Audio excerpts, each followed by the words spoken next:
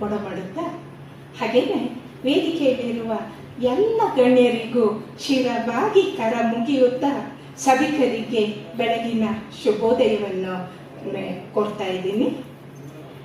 ಮಲ್ಲಿಕಾರ್ಜುನ ಅವರು ನಮ್ಮ ಕುಟುಂಬದ ಮಿತ್ರರು ಅಂತ ಹೇಳ್ಕೊಳ್ಳೋದಕ್ಕೆ ನನಗೆ ಹೆಮ್ಮೆ ಅನಿಸುತ್ತೆ. ಅವರ ಮತ್ತೊಂದು ವಿಶೇಷವನ್ನು ನಾನಿವತ್ತು ನಿಮ್ಮ ಜೊತೆ ಹಂಚ್ಕೊಳ್ಳೇಬೇಕು. ಏನಪ್ಪ ಅಂದರೆ, ನಾನಿವತ್ತೇನಾದರೂ ಇಲ್ಲಿ ನಿಂತು ಈ ಕಾರ್ಯಕ್ರಮದ ಪ್ರಸ್ತಾವನೆಯನ್ನು ನಿಮ್ಮ ಜೊತೆ ಹಂಚ್ಕೊಳ್ತಾ ಇದ್ದೀನಿ ಅಂದರೆ ಅದಕ್ಕೆ ಕಾರಣ ಮಲ್ಲಿಕಾರ್ಜುನ ಅವರು ಅನ್ನೋದನ್ನು ನಿರ್ವಿವಾದವಾಗಿ ನಾನು ಹೇಳಬೇಕಾಗುತ್ತೆ. ಅದು ಹೇಗೆ ಅಂದರೆ, ನಾನು ಸಾರ್ವಜನಿಕ ಬದುಕಿಗೆ ಕಾಲಿಟ್ಟಿದ್ದೆ ಮಲ್ಲಿಕಾರ್ಜುನ ಅವರಿಂದ. ನಿಮಗೆಲ್ಲ ತಿಳಿದಿರುವಂತೆ ನನ್ನ ಪತಿ ಪತ್ರಿಕೋದ್ಯೋಗಿ, ಅಲ್ಲದೆ ಸಾರ್ವಜನಿಕ ಬದುಕು ಅವರ ದಿನಚರಿ. ಇಂತಹ ಪರಿಸ್ಥಿತಿಯಲ್ಲಿ ನನ್ನ ಬದುಕು, ನನ್ನ ವೃತ್ತಿ, ಮಕ್ಕಳ ಪಾಲನೆ, ಕುಟುಂಬ ನಿರ್ವಹಣೆ ಇವುಗಳಲ್ಲಿಯೇ ಕಳೆದು ಹೋಗ್ತಿತ್ತು. ಹೀಗಿರುವಾಗ ಮಲ್ಲಿಕಾರ್ಜುನ ಅವರ ವ್ಯವಹಾರವಾದ ಖಾಸಗಿ ಹಣಕಾಸು ಸಂಸ್ಥೆಗಳು ಅವರು ನಮ್ಮ ಕುಟುಂಬವನ್ನು ಒಳಗೊಂಡಂತಹ ಒಂದು ಖಾಸಗಿ ಹಣಕಾಸು ಸಂಸ್ಥೆಯನ್ನು ಶ್ರೀ ಶಕ್ತಿ ಕಾರ್ಪೊರೇಷನ್ ಅನ್ನೋ ಹೆಸರಿನಲ್ಲಿ ಸ್ಥಾಪನೆ ಮಾಡಿದ್ರು. ಆ ಹಿನ್ನೆಲೆಯಲ್ಲಿ ಅವರ ಒಡನಾಟ ಸ್ವಲ್ಪ ಹೆಚ್ಚಾಯಿತು. ಹೀಗಿರುವಾಗ ನಮ್ಮ ASVME ಸಂಘದ ಚುನಾವಣೆ ಎದುರಾಯಿತು. ಆಗ ಮಲ್ಲಿಕಾರ್ಜುನ ಅವರು ನನಗೆ ನೀವು ಚುನಾವಣೆಗೆ ಸ್ಪರ್ಧಿಸಿ ಅಂತ ಹೇಳಿದರು. ನನಗೆ ಅದು ಕೇಳಿದ ತಕ್ಷಣ ತುಂಬ ನಗು ಬಂತು. ಅಯ್ಯೋ, ನಾನು ಎಲ್ಲಿ ಚುನಾವಣೆಯಲ್ಲಿ ಅಂತಂದ್ಬಿಟ್ಟು. ಆದರೆ ಅವರು ಬಿಡಲಿಲ್ಲ. ಇಲ್ಲ ಮೇಡಮ್, ನಿಮಗೆ ಗೊತ್ತಿಲ್ಲ ನಿಮ್ಮ ಟ್ಯಾಲೆಂಟ್ ಏನು ಅಂತ, ನೀವು ಬನ್ನಿ, ಖಂಡಿತ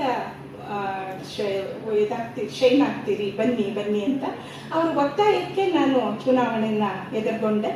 ನನ್ನ ಹೆಸರು ನನಗೆ ಯಾರಿಗೂ ಅಷ್ಟಾಗಿ ಗೊತ್ತೇ ಇರಲಿಲ್ಲ. ನಾನು ಚುನಾವಣೆಗೆ ನಿಲ್ಲೋ ಸಮಯದಲ್ಲಿ ನನ್ನ ಪತಿಯವರ ಹೆಸರಿನಿಂದಲೇ ಗೆದ್ದು ಬಂದೆ. ಹೇಗಾದರೂ ನಾನು ಚುನಾವಣೆಯಲ್ಲಿ ಆಯ್ಕೆಯಾಗಿ ASVME ಸಂಘದ ನಿರ್ದೇಶಕರಾಗಿ ಆಯ್ಕೆಯಾದ ಪ್ರಥಮ ಮಹಿಳೆ ಅನ್ನೋ ಹೆಗ್ಗಳಿಕೆ ನನ್ನದಾಯಿತು. ಬಂದೇ ಬಿಡ್ತು. ಅಭಿನಂದನಾ ಸಮಿತಿಯ ಪ್ರಧಾನ ಪೋಷಕರಾಗಿ ಮಲ್ಲಿಕಾರ್ಜುನ ಅವರ ಸಮೀಪ ಬಂಧುಗಳಾದ ನಿವೃತ್ತ IAS ಅಧಿಕಾರಿ ಡಾಕ್ಟರ್ ಸಿ ಸೋಮಶೇಖರ್ ಅವರು, ಹಾಗೆಯೇ ಕಾರ್ಯಾಧ್ಯಕ್ಷರಾಗಿ ಮಲ್ಲಿಕಾರ್ಜುನ ಅವರ ಅತ್ಯಂತ ಆಪ್ತರಾದ ಹಿರಿಯ ಪತ್ರಕರ್ತರಾದ ರೂಪಸಪ್ಪ ಅವರು, ಕಾರ್ಯದರ್ಶಿಗಳಾಗಿ ASVMES ಹಿರಿಯ ವಿದ್ಯಾರ್ಥಿಗಳ ಸಂಘದ ಅಧ್ಯಕ್ಷರಾದ B. ಕುಮಾರ್, ಹಾಗೆ ಮಲ್ಲಿಕಾರ್ಜುನ ಅವರ ಪುತ್ರರಾದ ಚಿದಾನಂದ್, ಖಜಾಂಚಿಯಾಗಿ CN ರುದ್ರಪ್ಪ ಅವರು ಅನೇಕ ಸದಸ್ಯರುಗಳನ್ನ ಒಳಗೊಂಡು ಒಂದು ಅಭಿನಂದನಾ ಸಮಿತಿಯನ್ನು ರಚಿಸಲಾಯಿತು. ಅಭಿನಂದನಾ ಗ್ರಂಥದ ಪ್ರಧಾನ ಸಂಪಾದಕರಾಗಿ ನಮ್ಮ ಕುಟುಂಬ ಮಿತ್ರರೇ ಆಗಿರುವಂತಹ N. ರಾಮನಾಥ್ ಮತ್ತು ಸಂಪಾದಕಿಯಾಗಿ ನನ್ನನ್ನು ಅದಕ್ಕೆ ಸಭಾ ಸೂಚನೆಗಳನ್ನು ಕಳಿಸೋದು, ಸಭೆಗಳನ್ನು ಆರ್ಗನೈಸ್ ಮಾಡೋದು, ಇನ್ನಿತರ ಆಡಳಿತಾತ್ಮಕ ಕೆಲಸಗಳ ನಿರ್ವಹಣೆಯನ್ನು ಮಾಡ್ಕೊಂಡು ಬಂದರು. ಹಾಗಾಗಿ ನಮ್ಮ ಕೆಲಸ ಸುಲಭ ಅಂತ ಅನಿಸ್ತು.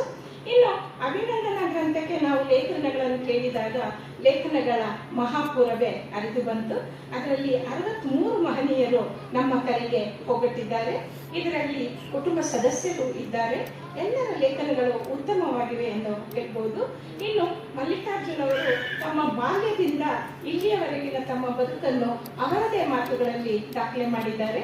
ಆ ಲೇಖನ ಸಹ ಬಹಳಷ್ಟು ಜನರ ಮನಸ್ಸನ್ನು ಮುಟ್ಟುತ್ತೆ ಅಂತ ನನಗನ್ಸುತ್ತೆ. ಆದರೆ ನನಗೆ ಎಲ್ಲಕ್ಕಿಂತ ಅತ್ಯಂತ ಪ್ರಿಯವಾದ ಲೇಖನ ಅನಿಸಿದ್ದು ಅವರ ಪುತ್ರ ಇರುವ ಮಲ್ಲಿಕಾರ್ಜುನ ಅಭಿನಂದನಾ ಸಮಾರಂಭ ಯಶಸ್ವಿಯಾಗಿ ನಡೆಯಲಿ. ಕುಲದೈವ ಶ್ರೀ ನಗರೇಶ್ವರ ಸ್ವಾಮಿಯವರು ಮಲ್ಲಿಕಾರ್ಜುನ ಅವರಿಗೆ ಆನೆಯನ್ನು ಕೊಟ್ಟು ಕಾಪಾಡಲಿ ಎಂದು ಹಾರೈಸುತ್ತೇನೆ. ಅವಕಾಶಕ್ಕಾಗಿ ವಂದನೆಗಳು.